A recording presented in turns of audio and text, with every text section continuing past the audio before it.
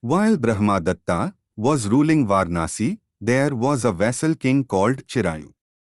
Nagarjuna, who was an incarnation of Bodhisattva, was minister for Chirayu.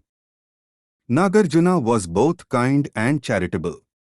He was also an expert in chemical and herbal preparations. He discovered a chemical agent by which he made himself as well as the king free from old age and death. But as it was a matter of very rare chemicals and involved extraordinary cost, he could extend this immunity to none else. Now, the best-loved son of Nagarjuna, a brilliant boy named Somdeva, happened to die, plunging his father in deep sorrow. "There shall be no more deaths," Nagarjuna swore. "I shall find the means to conquer death at all cost." Chemicals were too costly and too limited to serve the entire mankind. So, Nagarjuna carried on his researches with herbs, intensely and for a long time. At last, they bore fruit, and he was in the final stage of preparing the nectar of eternal life.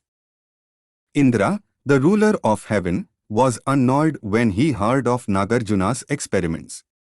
He called upon the Aswins, the divine physicians, and told them, "Go to earth and frustrate the experiments of Nagarjuna by every means at your disposal."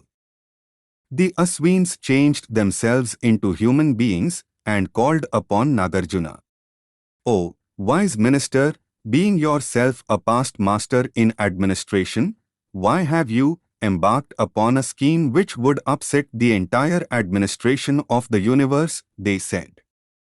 "You are transgressing the divine law which makes man mortal.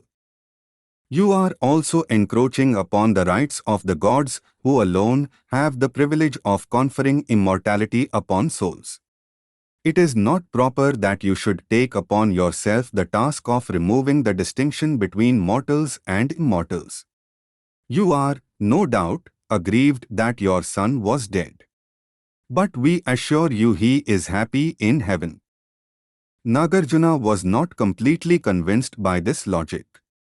But, being a reasonable man, he debated within himself whether his aim was really correct. Soon after this, Jaisena, the son of Chirayu, was crowned as the future king. Great preparations and festivities were organized for the crowning ceremony. In the meantime, the Aswins returned to Indra and reported to him that they were not successful in persuading Nagarjuna to give up his quest for universal immortality. So, Indra disguised himself as an old Brahmin and went to the crown prince, Jaisena. "I am sorry for you, young man," he said. "Though you are crowned as the future king, you have no future as a king.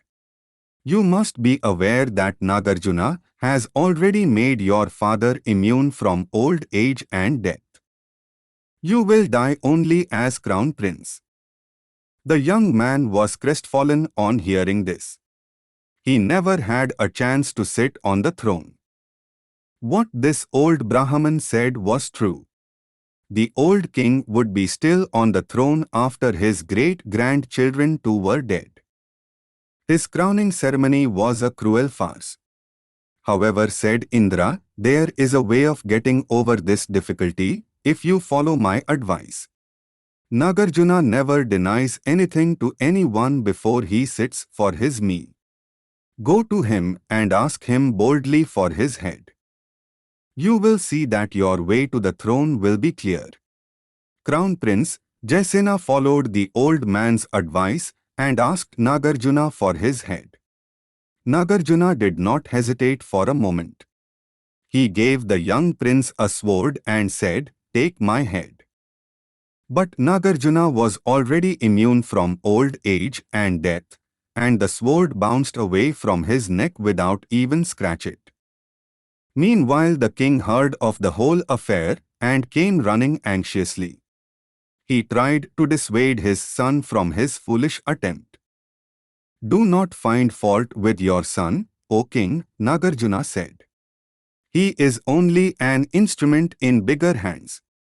I am aware of the entire scheme behind his request. I have given up my head 99 times in my past births. Let this be the 100th time. Nagarjuna applied the juice of a herb to the edge of the sword and asked the prince to sever his head.